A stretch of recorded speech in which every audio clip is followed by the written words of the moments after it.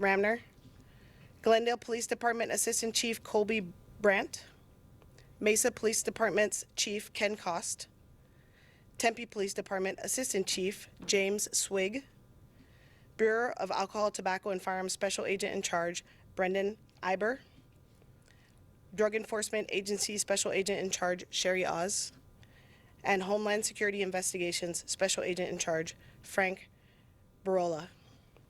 Due to an unforeseen scheduling conflict, U.S. Attorney Gary Racino was regrettably unable to attend today's press conference. The purpose of today's press conference is to provide the results and methodology employed for Operation Northstar. U.S. Marshal Van Bayless will start us off by providing information on the operation. Chief Sullivan will then give us his insights. And lastly, County Attorney Rachel Mitchell will speak. Ben. Good afternoon. I want to begin by thanking the members of the media for joining us here today to carry this message back to our communities. I stand on this stage honored and humbled to represent the United States Marshal Service, District of Arizona's amazing team, and to be joined by these women and men that are professionally represent their agencies and this unified law enforcement group. Each of them have for many years been stalwart partners to the U.S. Marshals here in Arizona. They are individually incredibly dedicated law enforcement professionals and leaders. However, it is collectively and by combining resources and expertise that this law enforcement team achieves great success in combating violent crime. Criminal acts and its actors are not bound by the borders of a city, a valley, a state, or our country. Each day, these agencies work together to search and find criminals locally, nationally, and even internationally for acts that occurred in our valley. Operation Northstar is a prime example of the ongoing collaboration and coordination used to locate and apprehend dangerous fugitives who prey on our communities. For 65 days, between May to September, the task force targeted wanted persons for crimes that occurred in and around Phoenix. During Operation Northstar, we arrested 301 targeted fugitives, clearing 358 active warrants. Aside from the arrests, we seized 60 firearms, nearly $100,000, 3 vehicles, and more than 234 kilograms of narcotics, including 83 kilograms of fentanyl. Removing dangerous individuals from our streets provides some protection for our community. Removing illegal firearms used in the commission of crime adds another layer of protection. Removing monies used to further illegal acts and removing dangerous drugs like fentanyl saves lives. Previously, we announced Operation We Will Find You, which was conducted in May and June of this summer. That operation provided yet another example of these law enforcement agencies' professionalism as they partner to find and secure missing and exploited children. The Phoenix area teams led the nation with 49 missing children located. Many of these young girls and boys were subject to sex trafficking and abuse. In reading through the heartbreaking stories of victims and their survivors, law enforcement is driven to ensure we provide service and a measure of relief. I highlight these two operations to report back to our communities that we are determined to never stop looking for those that do harm and hope to provide some measure of justice to victims. During Operation Northstar, we conducted several outreach events and a large community roundtable hosted by our staunch partners, Arizona State University. This inclusive event was attended by law enforcement agency heads and dozens of community and faith-based organizations. It is these interactions where we learn and facilitate meaningful discussions that foster cohesion with a clear path forward. For the past 6 years and continuing to this day, I am consistently impressed by each agency represented here. I want to thank the Phoenix, Chandler, Glendale, Mesa, and Tempe police departments, along with ATF, DEA, HSI, Maricopa County Attorney's Office, and the U.S. Attorney's Office, for their tireless efforts to make a difference in the lives of those we serve. Today's announcement is merely a reflection of what law enforcement does daily across our valley. Despite impacts to manpower and resources, These agencies stay laser focused and absolute in assisting one another. We endeavor to provide safer communities by locating and apprehending those who harm our fellow neighbors, and by removing dangerous drugs and illegal firearms from our community before they can hurt another child or another community member. The Phoenix Police Department is an exemplary law enforcement agency filled with thousands of these dedicated personnel. In both operations, we work closely with them and are continuing dozens of spin-off investigations where they always go all in and collaboratively work together. Each agency on stage today works closely with this great department. With that, I am honored to turn the time over to Chief Sullivan from the Phoenix Police Department.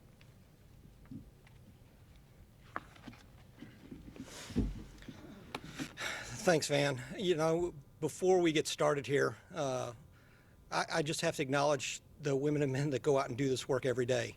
We at the Phoenix Police Department know the risk that comes to us. We know it too well.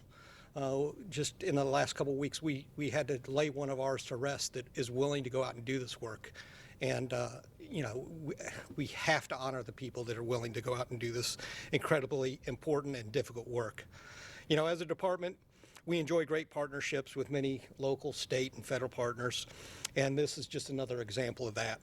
Operation Northstar took place over the last 3 months, and it was headed up by the U.S. Marshals, and it's exactly in line with the goals of the Phoenix Police Department's crime reduction plan. The idea of going after the most violent offenders who target community and commit the majority of violent crime is critical to keeping our community safe. The idea of going after those with warrants is critical to keeping our community safe.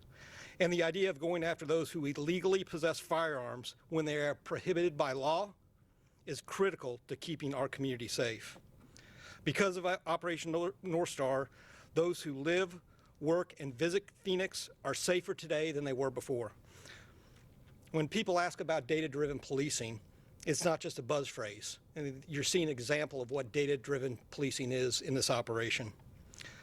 We're so grateful for the collaboration of all of our law enforcement partners that are up here with us today. And just because this formal operation is over, it does not mean that our work stops.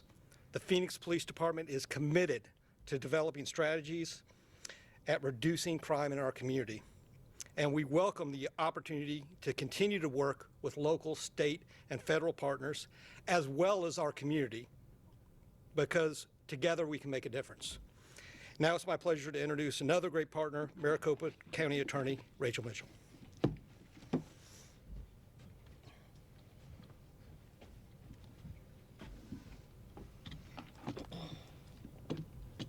Thanks, Chief Sullivan. Thank you to Acting U.S. Marshal Van Bayless for inviting us today and also partnering with us in this and so many other endeavors. You know, time and time again, my office sees the ripple effect of having serious offenders in our communities.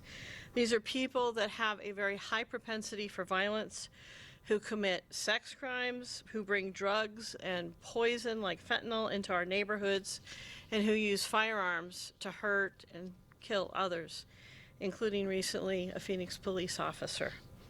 When we don't pay attention and let this type of crime go unchecked, our communities suffer. These crimes destabilize neighborhoods, affect the economic well-being of the people who live here, and erode safety and the feeling of safety. We know that when people live in fear, they are less likely to call for help and engage with law enforcement. It's important to take note when we see the results of a big roundup like Operation Northstar. It's equally important to acknowledge the daily collaboration that pushes back on defendants at every level. Every single day, the prosecutors in my office work with Phoenix Police Department and other law enforcement agencies like the U.S. Marshals Service to ensure that we achieve justice. If we can bring people to justice early to lesser offenders, the abiding hope is that they'll be deterred from a life of major crime. It all matters, every bit of it. So today I congratulate the U.S. Marshals Service and the Phoenix Police, as well as our many other partners that are represented up here today on the success of Operation Northstar. And I also commend these agencies for their constant efforts to hold criminals accountable for the damage that they caused our community. Thank you.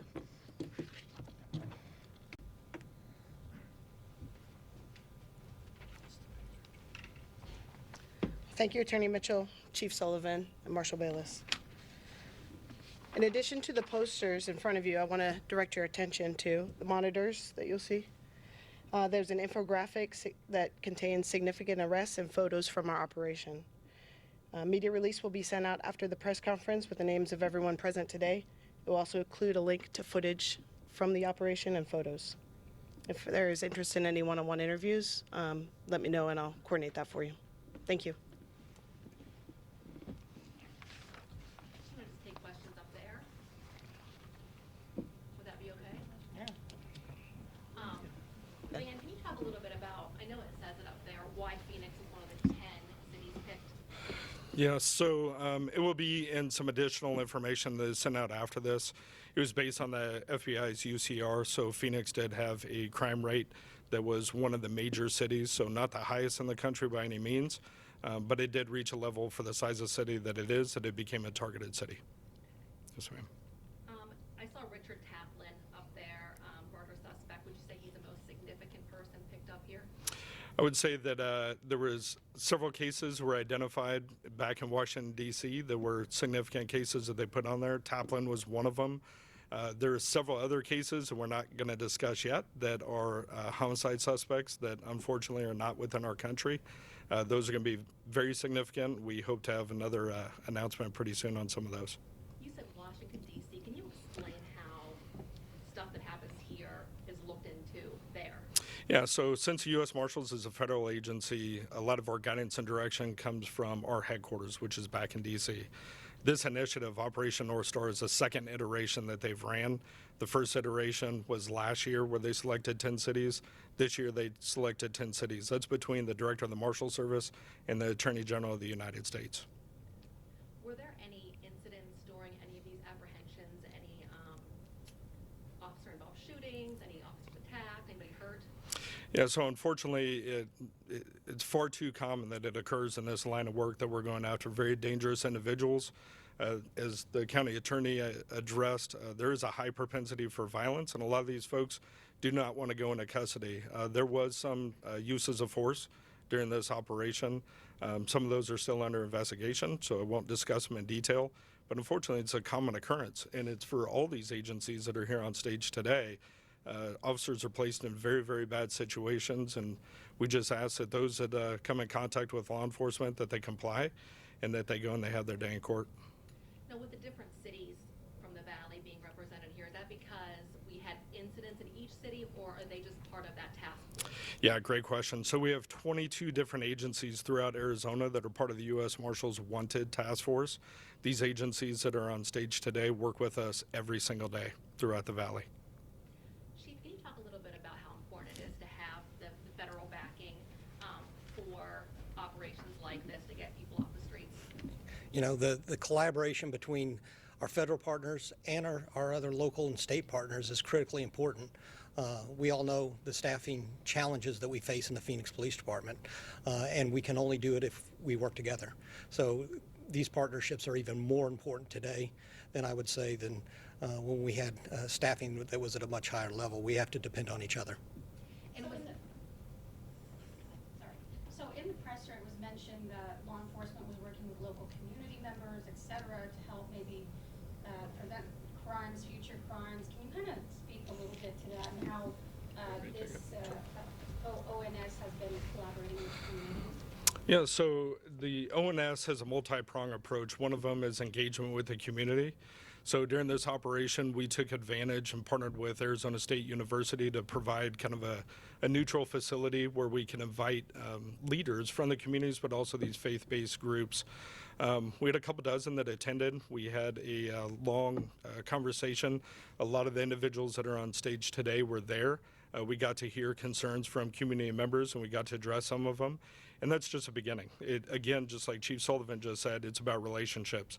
So being able to break through if there is any communication, borders or hurdles, and being able to engage with them more often. Since that interaction occurred, we've received numerous emails and phone calls, and we have put them in contact with other agencies if there was concerns.